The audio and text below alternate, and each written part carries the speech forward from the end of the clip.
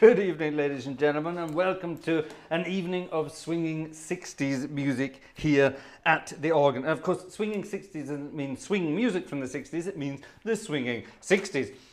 And of course, we started off there with Neil Diamond and his wonderful Sweet Caroline. Oh, oh, oh. Yes, you all have to join in for those sorts of bits. Now, there's going to be plenty of that tonight.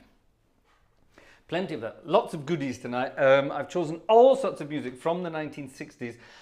I'm wearing some 60s clothes. I'm wearing some original 60s clothes. You can't see it yet, but later this evening or towards, well, soon, we will show you some original 1960s clothing. And I'm quite proud of these items. And yeah. There's a story behind it, but I'm not going to tell you what that is. Now, lots and lots of music. The 1960s was a wonderful period for music generally, and of course we're talking popular music tonight. There's going to be no classical music at all tonight. This is all nice and fun stuff tonight. We're going to be more light-hearted, more positive, more energetic. There's enough going on in the world at the moment, so I am going to take you away from all this nonsense for a couple of hours, and hope you enjoy the evening's music. Vanessa in the background. What was that? Hey? Vanessa's there in the background taking care of the chat. So if you want something chatted about, then head on over to the chat and let Vanessa know you're there. Don't forget, if you're in the chat tonight or if you're in the audience at all, give us a +1 or a thumbs up in the chat so that we know you're there. And while you're at it, give the video a thumbs up as well so that YouTube knows you're there. So, we're going to have some fun tonight, and I've got lots of music. I've got an enormous book here. We'll get to that later. It's this. This is one of my prized possessions. Check that out. It's very old. This book is older than Vanessa. That's how old it is. The complete works by the Beatles. I am, of course, an incredible Beatles fan. Anyone who isn't a Beatles fan, well, you're not going to enjoy tonight very much, because later on we're going to do quite a few of that stuff, and in between we're going to add some Beatles music. Now, what we're going to do, like I said, we're going to play lots of sort of music from the 1960s, but I'm going to play around with it, so it's not just going to be a run through like I did of Sweet Caroline there. We're going to have a bit of fun and enjoy some music. I may actually play things several times as well, because I'm going to play around with them. Let's see if you can work out what this piece of music is. Now, extra points tonight for the title of the music I'm playing, the performers, the original performers of the music, and the year in which it became popular, a piece of music. Ingo is asking, is my mouth ulcer better? No, it's not, but I've sort of gotten used to it now, so I'm talking, I've stuck my tongue in another part of my mouth, so I'm used to talking with it slightly better. We're getting there, we're getting there. So, here we go. See if you can work out what this is. Now I'm going to play around with it. This is going to be a sort of classical style improvisation on a famous 60s piece of music. See if you can work it out.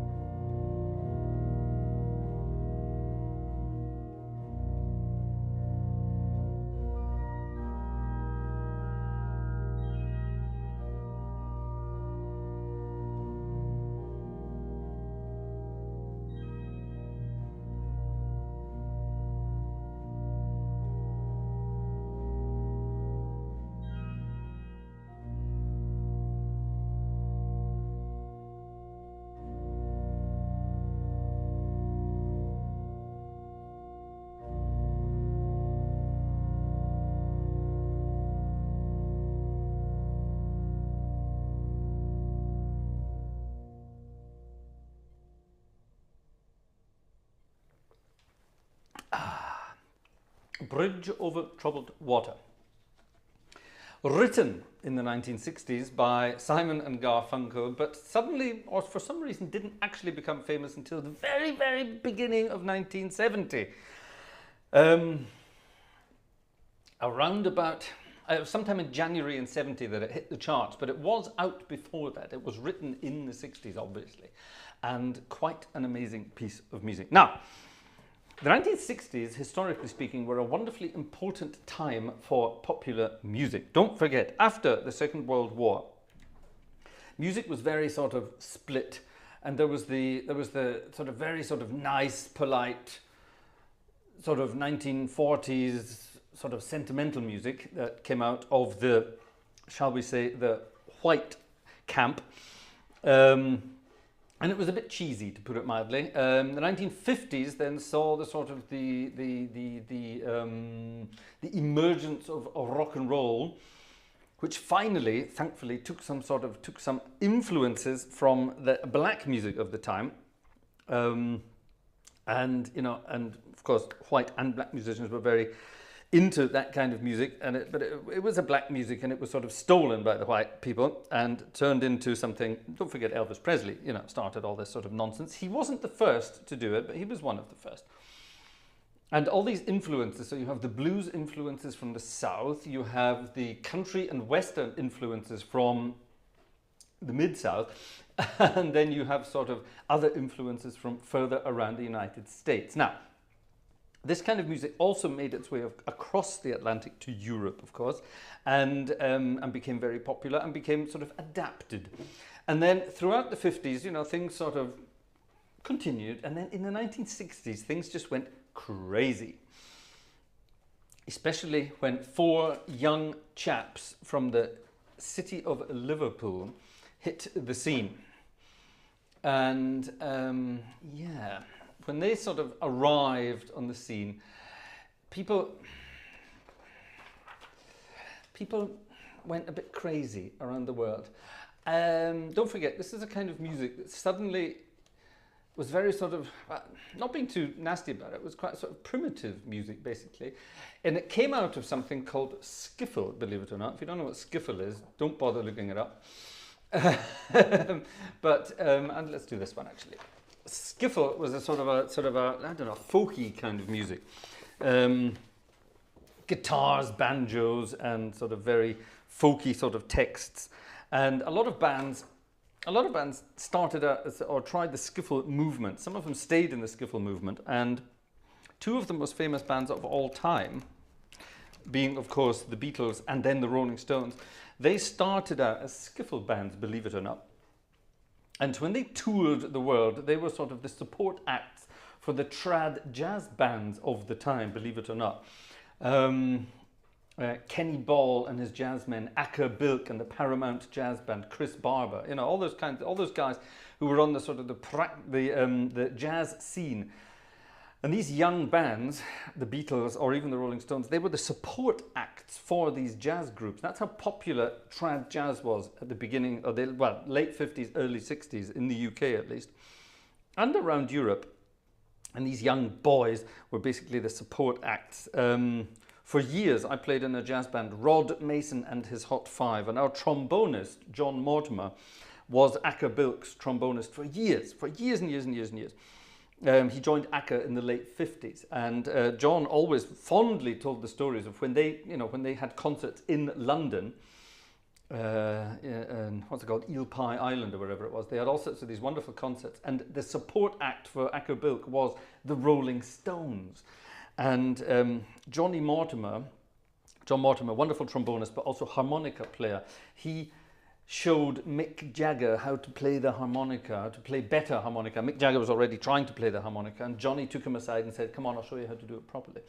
So there you are. So this is through this the jazz influences that these bands really got going, and they developed and they turned into who they were and still are. In the case of the Rolling Stones, they're still out there doing their thing. The longest running band of all time, most successful band ever.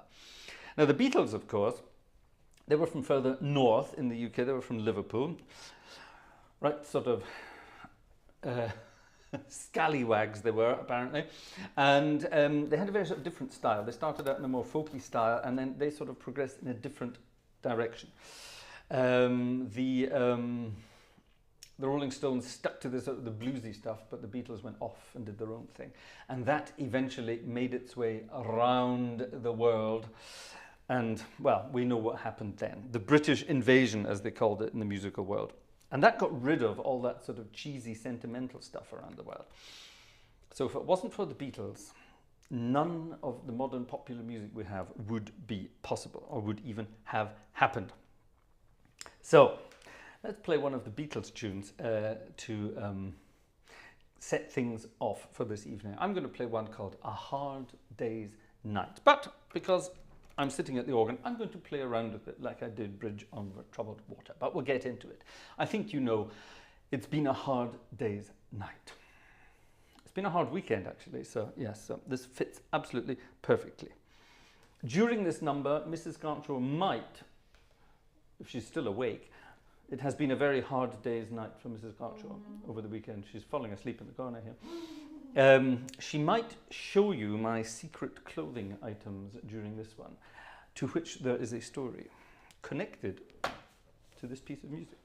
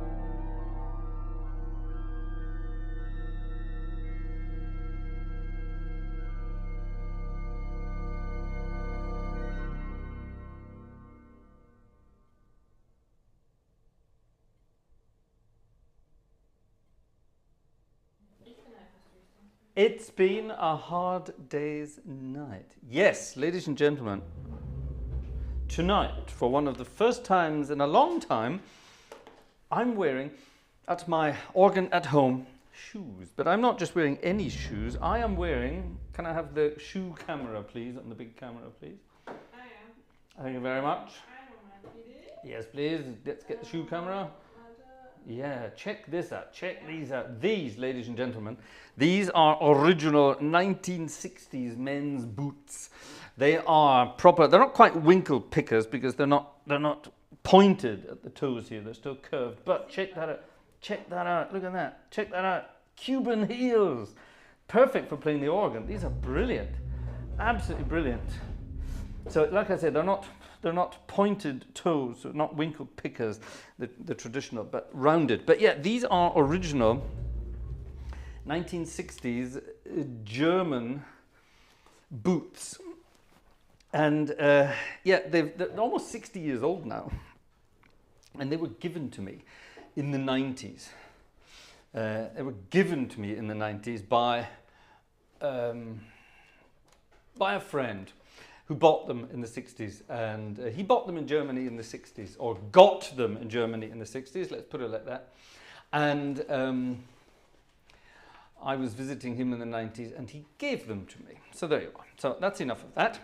That's enough of that. But yes, these are my original Cuban heels, and they are perfect for playing the organ, believe it or not.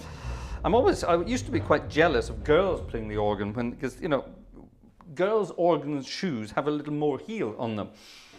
And back in the 60s and even the 70s, you know, guys would wear shoes like this regularly with a bit of a heel on the back of them. And of course, that's very much out of fashion at the moment, which I think is a terrible shame. But it's absolutely wonderful. Absolutely wonderful. So, cheers. Ooh. Absolutely wonderful. Now, during the 1960s, actually, hold on, I need to quickly change. I'm going to be changing organs tonight as well. So, we're going to be changing backwards and forwards between theatre organs and real organs again. So I'm going to quickly swap over to a theatre organ and play an incredibly over-the-top cheesy piece of music. Now, while all the pop movement was going on in the 1960s, I think that's right. Yeah, that sounds pretty good to me. Yeah, that'll do. Yeah, so while all that pop stuff was going on in the 1960s, there was a sort of another kind of music hanging around the world, and this was sort of called easy listening. And easy listening around the world had a very sort of different styles, and in the UK it tended to be kind of a little bit on the cheesy side. And there were a couple of folks, actually there were two women and one guy, who were very famous for playing easy music on the piano. Actually, I'm going to keep the chat open so I can see if anyone gets this here. If anyone knows what I'm talking about here, let me know while I mention this to you. And Winifred Atwell was one of the ones. She played this piece of music called The Black and White Rag, which became famous as a snooker theme on television. Wonderful piece of music. Winnie Atwell was very famous for doing that kind of stuff. There was another probably one of the most delightful and most unlikely of people in the world to become incredibly famous, and that was Mrs. Mills, Gladys Mills. Gladys Mills, a wonderful sort of roly-poly, you know, basically like your nice granny. Everyone had a nice granny and another granny, but anyway. And like your nice granny, that was sort of Mrs. Mills for everyone. And she played sort of the most amazing stride piano style. It was all sort of knees up, Mother Brown, roll out the barrel, sing-along sort of stuff. But it was wonderful. It was weird, you know.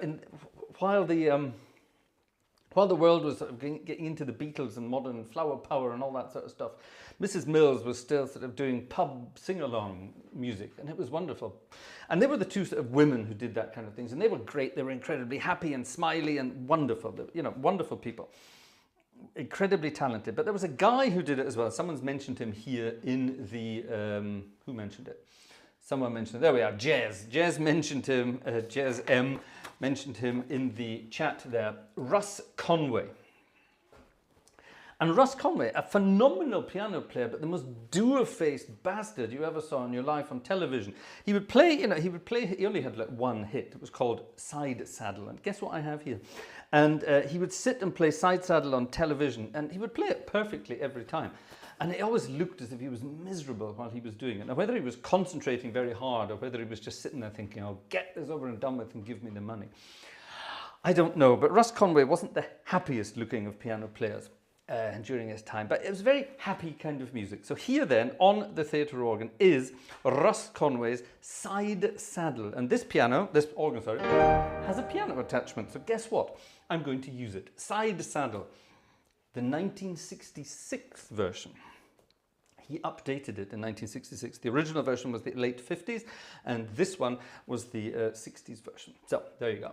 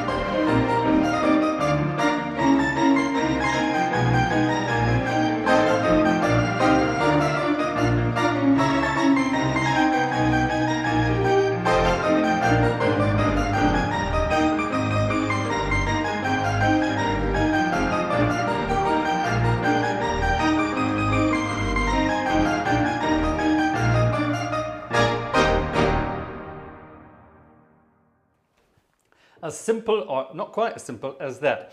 I should have practiced that before I started this evening, shouldn't I? That's more difficult than I thought it was going to be. I hadn't practiced, I'm sorry. That's quite difficult, actually. Russ Conway he didn't have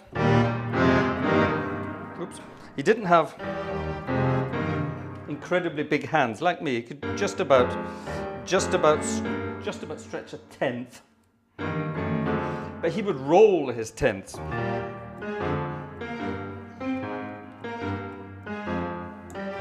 Yeah, and that's quite difficult to do on the organ, actually.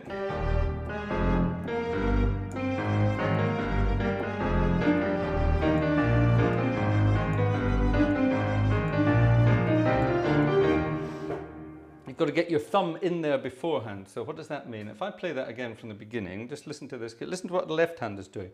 Can you do a camera from above, please, Mrs. Gartshore? Can you do the camera from above, please? One, two, one.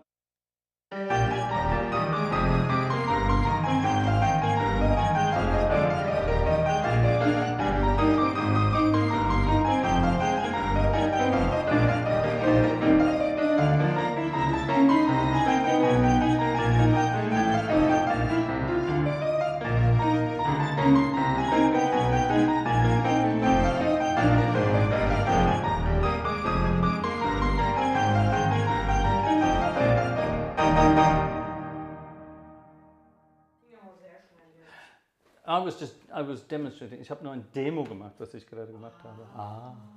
And that's a lot more difficult than you could imagine. Yeah, a lot more difficult than you could imagine. Now, that was Russ Conway, so technically quite difficult. This, on the other hand, would have been the kind of thing Mrs. Mills would have been up to. If Mrs. Mills had played the theatre organ, this is what she would have been doing on it. I think this could work. Check this out.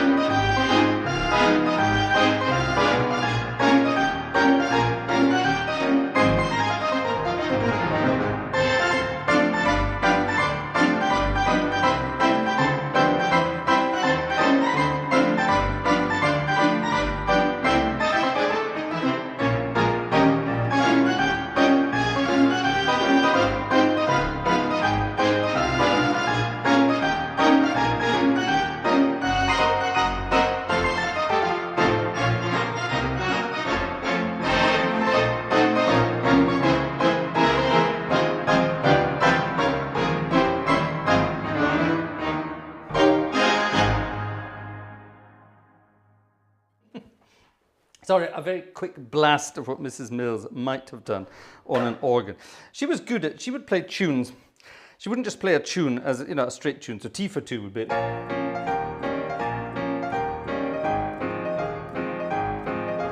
She would fill in sort of little bits up on the top. She would.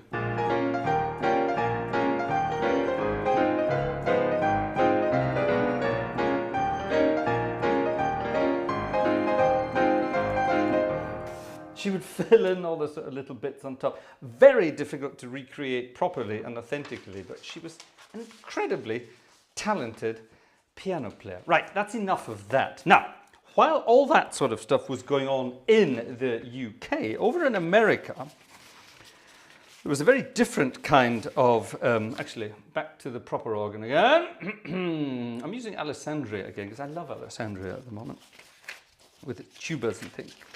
And yeah, while this was going on in the UK, over in the US, there was some rather amazing stuff going on. Now, this is music that has made its way into film, television. Ooh, it's been around forever, since the 60s, funnily enough.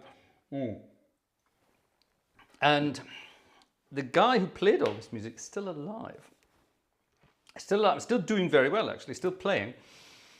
Still performing. He's one of the richest and most successful musicians of all time. Mainly as an instrumentalist, but on a couple of occasions as a singer as well. Yes. Now, it's not Neil Sedaka. Everyone knows I love the music of Neil Sedaka, but I'm not playing anything by Neil Sedaka tonight. He's still alive. And he is, I think he's like number 2 in the world, the richest musicians or something like that. He's worth about, I don't know, 900 million or something like that. And this guy's right behind him. He's worth about $850 million at time of going to press, roughly. And absolutely crazy when you think about it. But think about, everybody knows his music. Everybody. It's featured regularly in films, it's featured regularly in television, it's featured regularly on internet things, it's been sampled by DJs, it's been used for everything. Is anyone getting this, by the way? Anyone mentioning him? Not yet. Not yet. Not yet. And come on, organ. Here it is. Yeah. Perfect. Now, I wonder, can you work out who this is?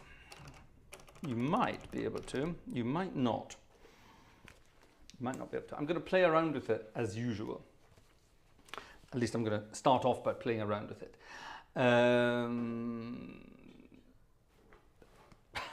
Mrs. Gartshore is busy in the background. It's not John Williams, funnily enough. No, it's not John Williams. John Williams is a film music composer, that's true. Am I going to give you some more clues, or shall I just play it? I won't give you any more clues. I'll just play it. But I'm going to hide it first of all, and then I'm going to play it. So, see if you can work out who you think I'm talking about here, and you might be amazed. You might be amazed. Like I say, still very much alive, and still very much playing, and still very much doing his thing.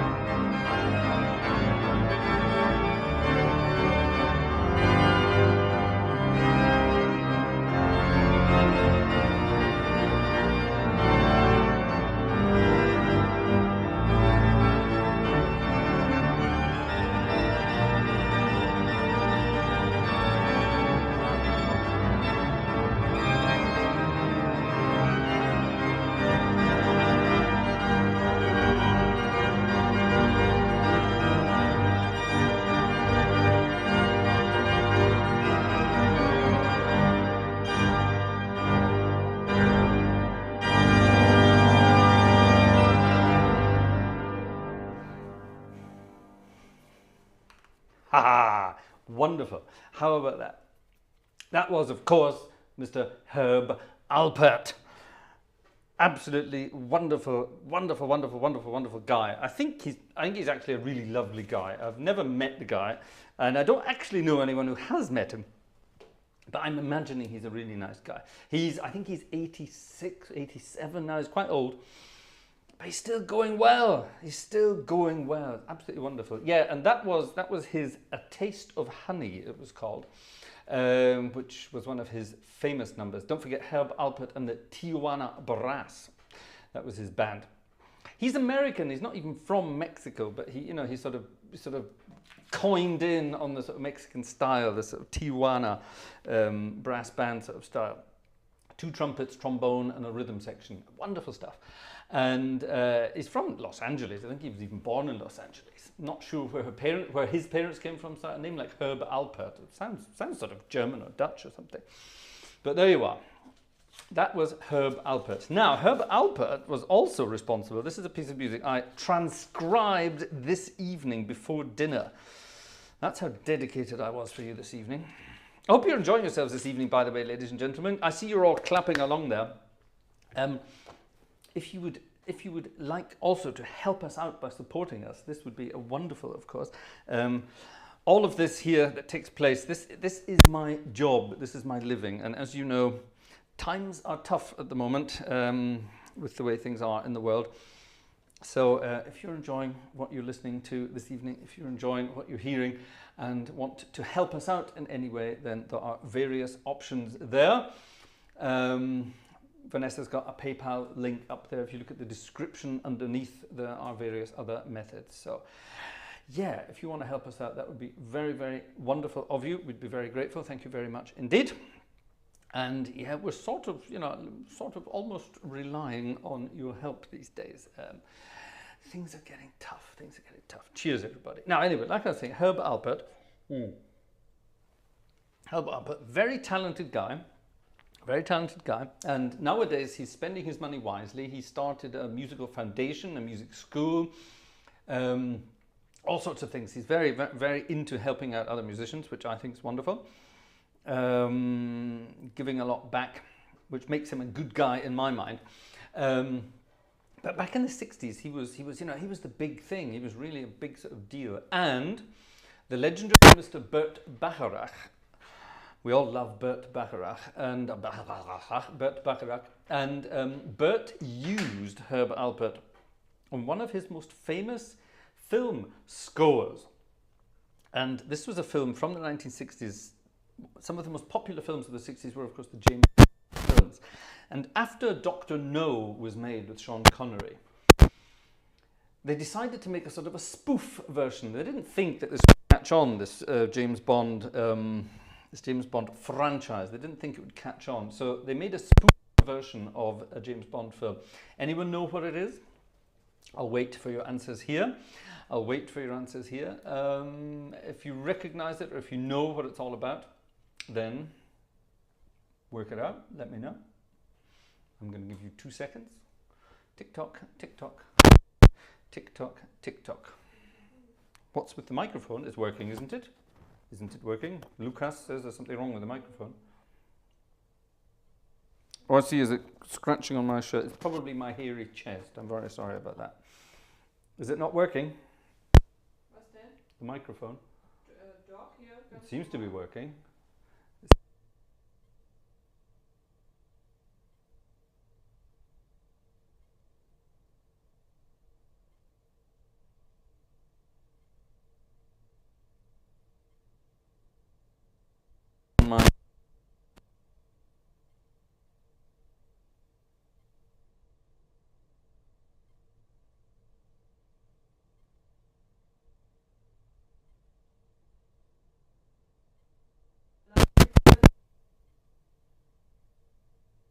Rodi was suggesting maybe the dog is lying on the line.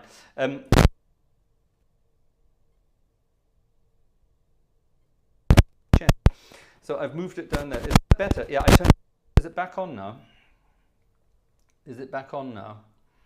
Is it back on now? There can't be a loose connection because it's a radio mic. And I'm looking at the signal as it's attached to the camera. I'm checking that it's plugged in here properly. Kein Geräusch sein. Ja, aber gut, das ist zeitverzögert natürlich. Okay, that looks a bit better. Jetzt ist nichts mehr. Jetzt ist nichts mehr. Okay, I think it was probably rubbing on my hairy chest. Sorry about that. So anyway, a couple of people got the answer we were looking for. Dave Hancock got it. Adrian Morris got it. David Miller got it. Jeff Ryle got it. Robert Warner was the first to get it. Casino Royale, the original Casino Royale film starring... Let's see if you can work it out. While I play this, I'm going to play the theme tune from Casino Royale. At least I'm going to try to play the theme tune from Casino Royale, which is an incredibly complicated piece of music by Burt Bacharach. It took me ages to transcribe it.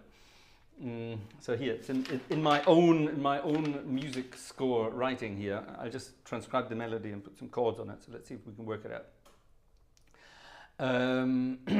How many James Bonds were in the film Casino Royale, the 1967 film Casino Royale? How many James Bonds were in it, and who played the James Bonds in that film? See if you can work it out.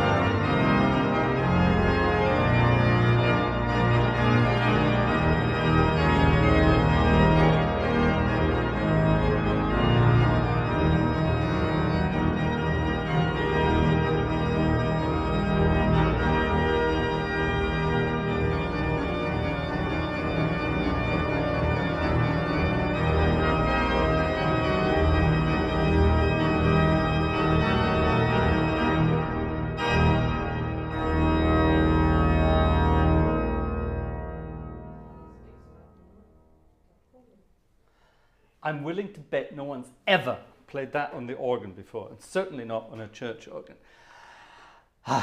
Burt Bacharach at his best. I love the music to Casino Royale. I love it. Let's find out. Now, let's run through the list here and see if you all got it. Who played? Right, David Niven. I mentioned David Niven. He was the archetypal, he was the original James Bond. He was the granddaddy James Bond of the film. And he was taken, what was the story again? He was taken into, what's the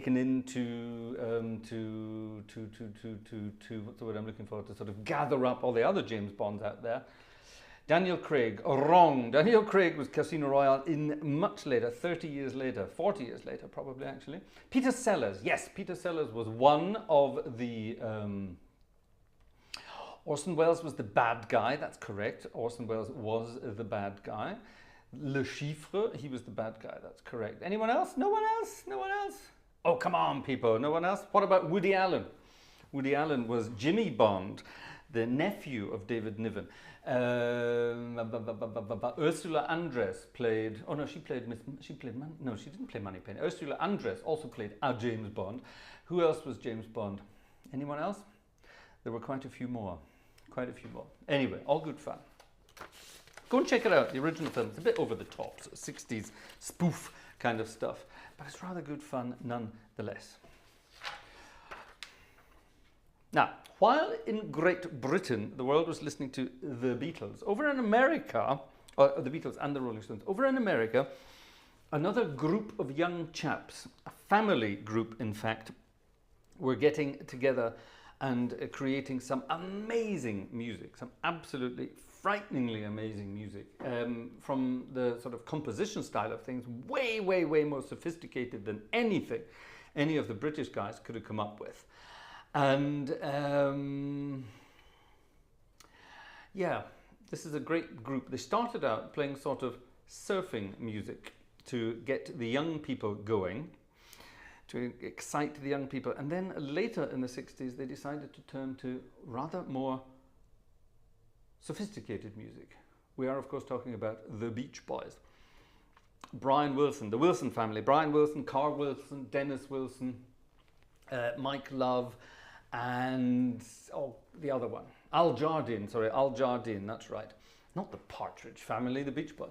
Al Jardine, wonderful. And Beach Boys are absolutely amazing. Most of them are still around. Dennis Wilson died. Carl Wilson died, but the rest of them are still around as far as I know. Brian Wilson is completely addled in his brain thanks to mind-expanding substances taken during the 60s, but the music is absolutely wonderful. Indeed, absolutely wonderful. Here's a piece of music by the Beach Boys. You might recognize it.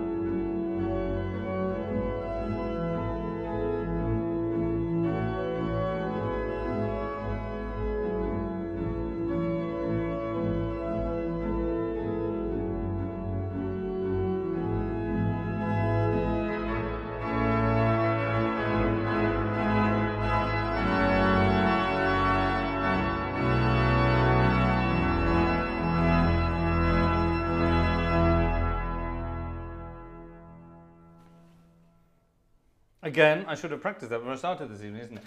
That's incredibly complicated harmonically. Wonderful, wonderful, wonderful. God Only Knows by the Beach Boys. Theoretically, a simple piece of music, but not simple at all. Now then, let's see if we can work out this. Let's see if I can work it out. Oh yes, I remember how it goes. Yes, I think I can remember how this goes. Due to the success of these boy bands, the Beatles, the Rolling Stones, the Beach Boys, and various others, a couple of television companies got together and came up with the idea of making their own boy band and seeing if it would be possible. Let's see if we can work out what this is.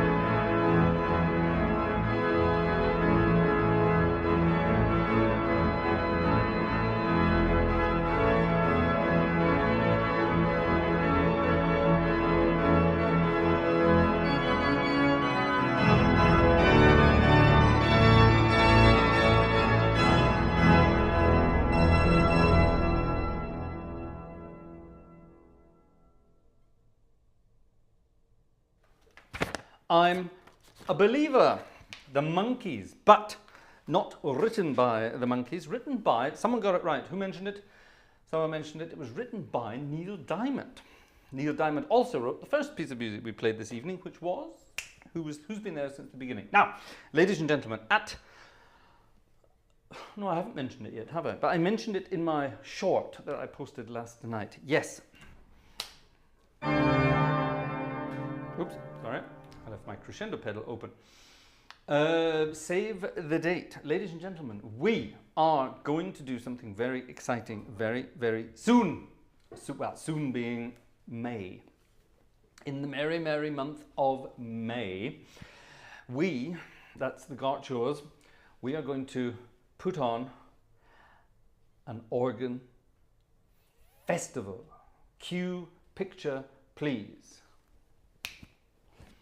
From the 1st to the 7th of May, 1, 2, 3, 4, 5, 6, 7, an entire week of music. We are going to host an organ festival, and we are going to host an organ festival with organs, with organists, and with all sorts of things. It's going to be a week of music. So from the 1st of May, right through to the 7th of May, that's a Sunday to a Saturday, we're going to go crazy. We're going to have an organ marathon, we're going to have organ concerts, we're going to have organ demonstrations, we're going to have organ visits, we're going to have all sorts of things. So please put these dates in your diary from the 1st of May to the 7th of May. Details will come soon. I'll be posting this on YouTube later on this evening and of course tomorrow in community posts. So make sure you put those dates in your diary and join us for the Gartshores first Organ Festival 2022. What am I talking about? Yes, yeah, so there you are. We're going to have our first little festival and we're really rather looking forward to it indeed. I beg your pardon? Sorry? Oh yes, and people are asking about the CD. Yes, 10 days time. In 10 days time, I am awaiting the physical CDs to be sent out to me. We got the green light. We got everything sorted. Everything is done, and we are waiting now for the CD company to press them and send them. And they reckon 10 to 14 days, and they will be here. So good news all round. Hey. So I think by the time the festival starts, we will definitely be getting the CDs ready for sale during the festival as well. Let's do the CDs in public for the festival. How about that?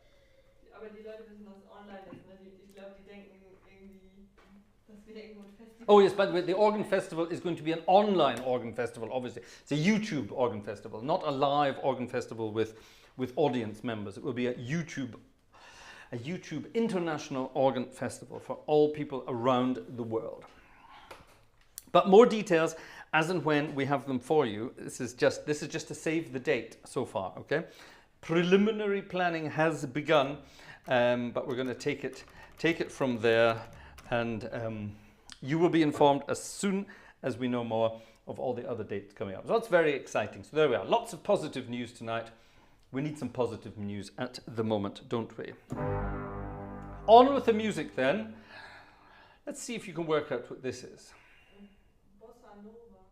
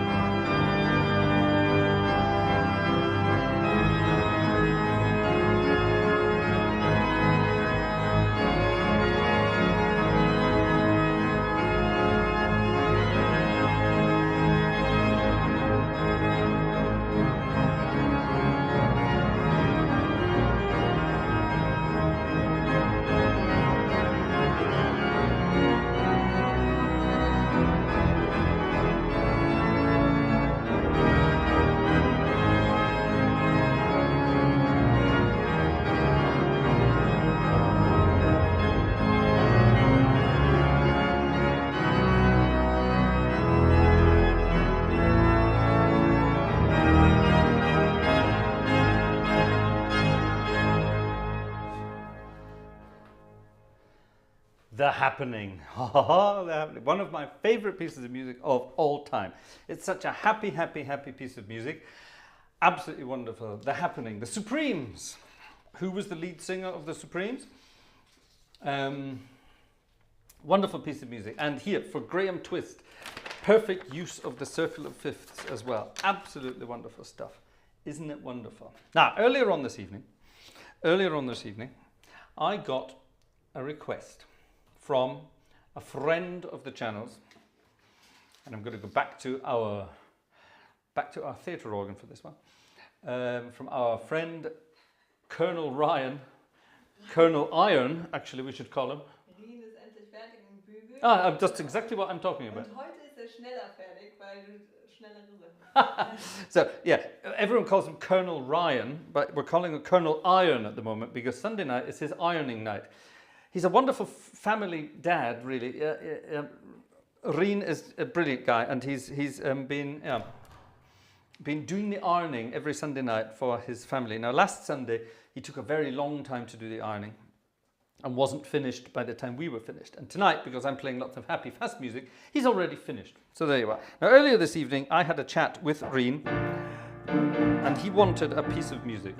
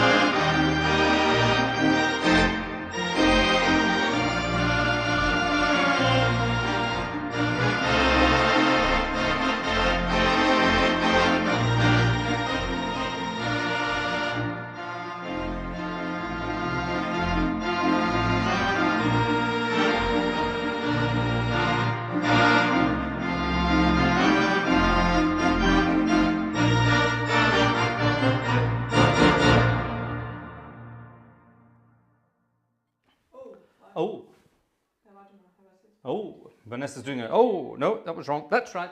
There it is. What happened there? I don't know. 3 Steps to Heaven by Mr. Eddie Cochran. There you are. Now that, of course, is talking about the sort of the cheesy stuff. Wonderful. Wonderful nonetheless. Right, now, I think it's time to move away from the British, move away from the Americans, and head to a little emerald island just west of the United Kingdom, or Great Britain in that fact.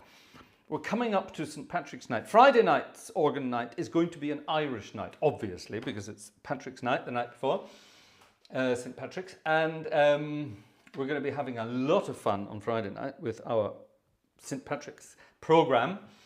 But tonight I'm going to play a piece of music by one of the most famous Irish singers of all time, And this is actually one of his earliest hits from the late 60s. I actually thought it was from the 70s, but it's not. I researched it and it's from the 60s. I hope you recognize it. Now, I used to be in a blues band a long time ago. And this was one of the pieces of music that I sang, believe it or not. I sang with the band. Let's see if you can work it out. It's a great piece of music.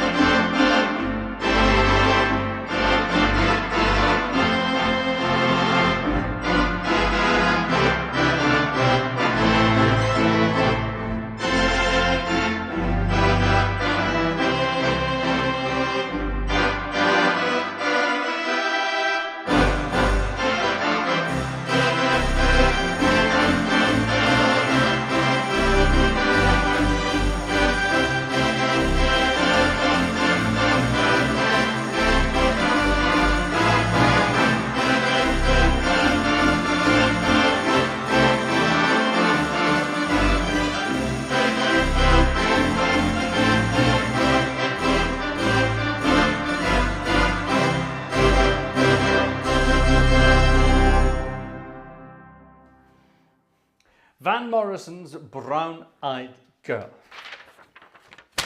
Yeah. Van Morrison is a great fan of jazz music. He loves jazz music and he goes to lots of jazz festivals anonymously and sort of dances around in the background. How do I know that? I've seen him. Right then. Let's see if you can work out what this is. I think you will know it.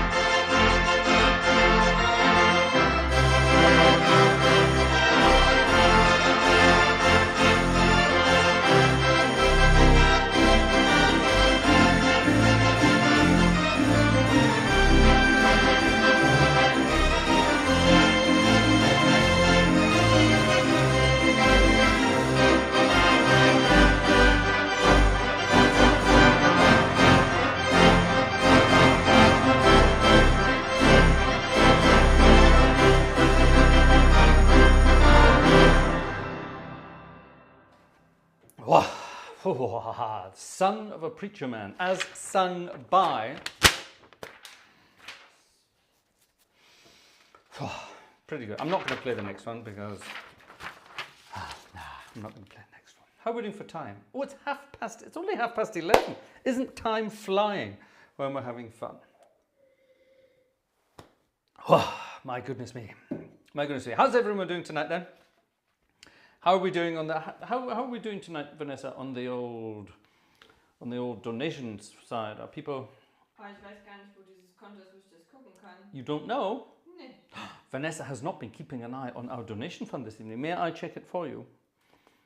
Yeah. I love it. Finanziellen Sachen gezeigt. We've got so many different sort of email addresses going in the background that it's almost impossible to find out what's going on. Let me do this for Vanessa. Because normally Vanessa writes in the what's the word I'm looking for? Writes in the chat. Thank you, everybody. And I noticed she hasn't been doing that tonight, so I'm guessing that she hasn't been accessing it.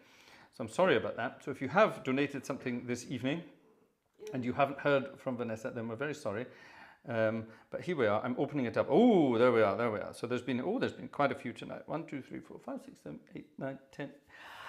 11 people have donated something this evening. Thank you very much indeed, ladies and gentlemen. It's not too late if you want to help us out. If you want to help us out.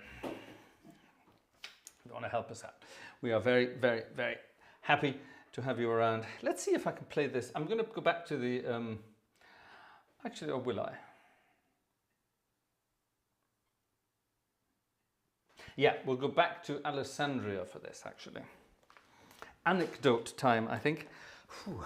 It's getting a bit warm in here tonight. Can I have another drink, please, Mrs. Gartshore? Do we have one? Das ist jetzt leider unten. It's downstairs. Ich kann dir mal mein Wasser Oh, zeigen. What happened here? Mein Wasser ist doch super. Ah, no, I want fizzy water, please. I love fizzy water. Is that? Oh, maybe I shouldn't have done that. Something's gone wrong. Nope, there it is. That's fine. Yes, these boots that I'm wearing. Can you show the shoes again, please? Oh, there you are. Yes, there we are. Let's have a look at the shoes. They're wonderful Cuban heels. Incredibly comfortable, believe it or not. Incredibly comfortable. And the story behind them is, I'm not going to mention names, but the story behind them is, let me cut back to, there we are. The story behind them is quite a nice one, actually. I was out and about musically visiting said person, and it was a quick trip to the London area to meet this person and do something musically, and then head straight back to Edinburgh. That was the plan. But as the day progressed, it was becoming clear that there was no way I was going to be going back to Edinburgh that night. For reasons of libationary refreshments, let's put it like that. And this person then said, well, you might as well stay over, no problem at all. So fine, so I would stay over. But it was quite late in the year, it was very cold. And I had literally just jumped in the car, driven down to London, which was an incredibly long journey. And I didn't really sort of take anything with me.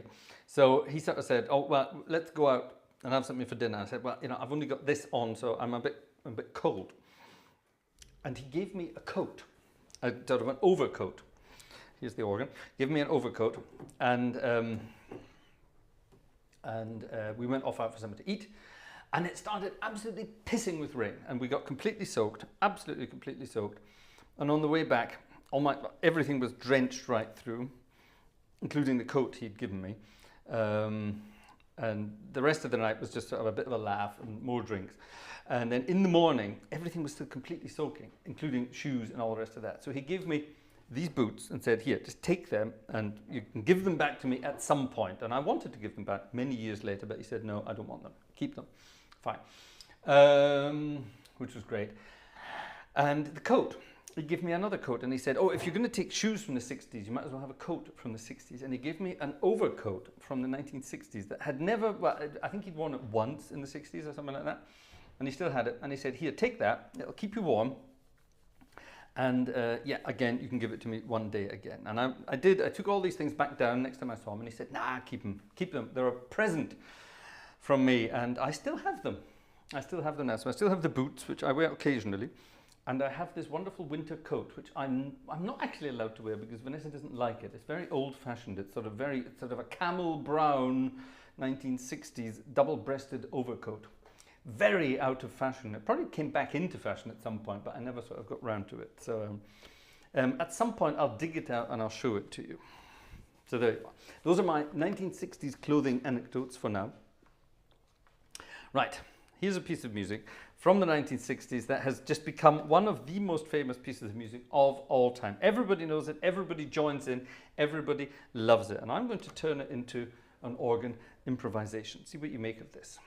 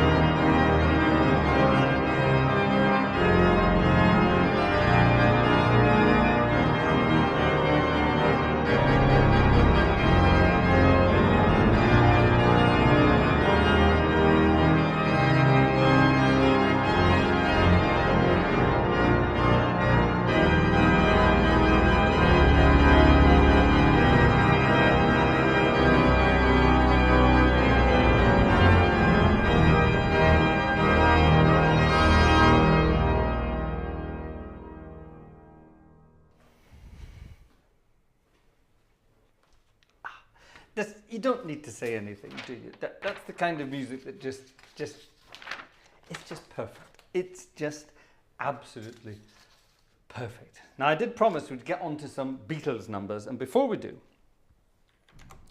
we have to pay a quick visit to an establishment of ill repute.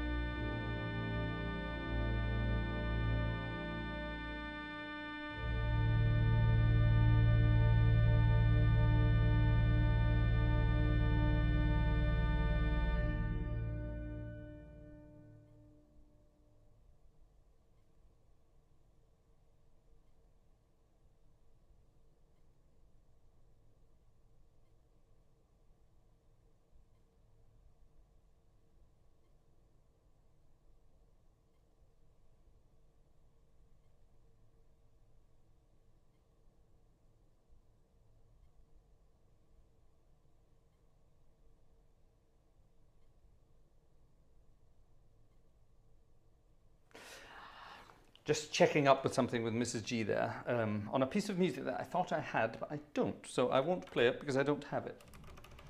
Here then, time to move on to the Beatles. And we're going to close up this evening's festivities with 3 pieces of music from our friends the Beatles. Hold on, where's the index? Is it at the back or is it at the front? I thought it was at the back. No, it's at the front. Where is the index of this bloody thing? Ah, there it is. There we go. I need to remember that. Okay, that's fine. Can you remember 166, please? Remember 166, people. I need that. Right. Let's finish off this evening's festivities with 3 pieces of music from the Beatles. One of them from Mr. George Harrison. His most famous tune of them all.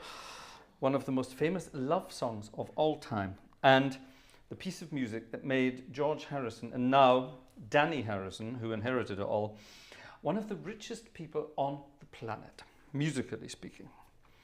The top 10 of the richest musicians include Neil Sedaka, who we didn't play tonight, Herb Alpert, who we did play tonight, and Danny Harrison, the son of George Harrison. There you are, work that one out.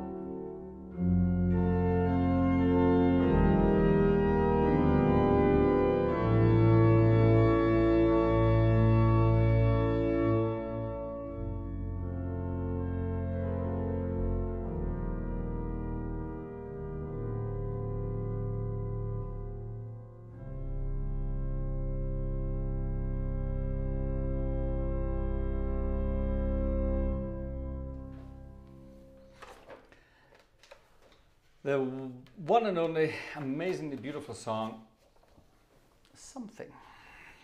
Absolutely wonderful, absolutely beautiful. Now, while we're on the subject of beautiful Beatles songs in the key of C, we have to play this. And I'm going to stick to these registrations because it's perfect for this kind of music. You might recognize this one as well. I'm not going to play the solo in the middle of it because I can't remember it, but let's work this one out.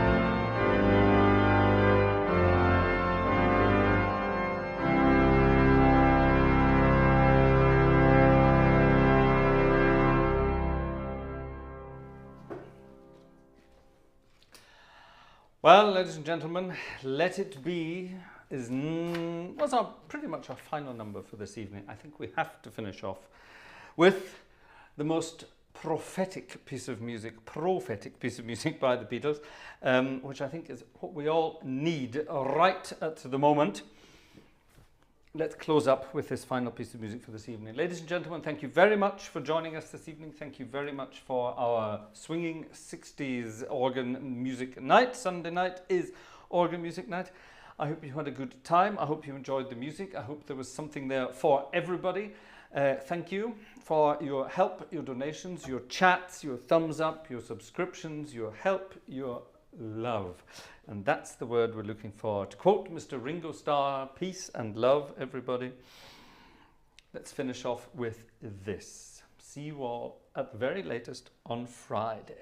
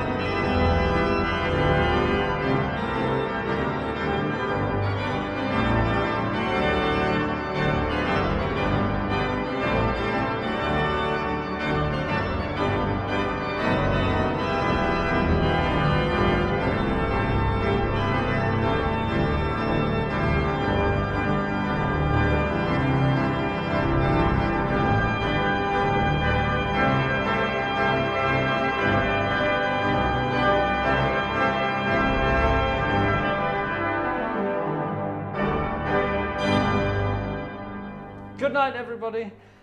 Thank you very much indeed for watching. Thank you for joining in. Thank you for being wonderful. Don't forget, all you need is love. That's it, ladies and gentlemen. Thank you very much.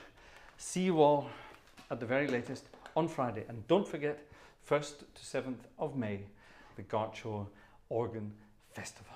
Look forward to it. See you soon. Bye bye.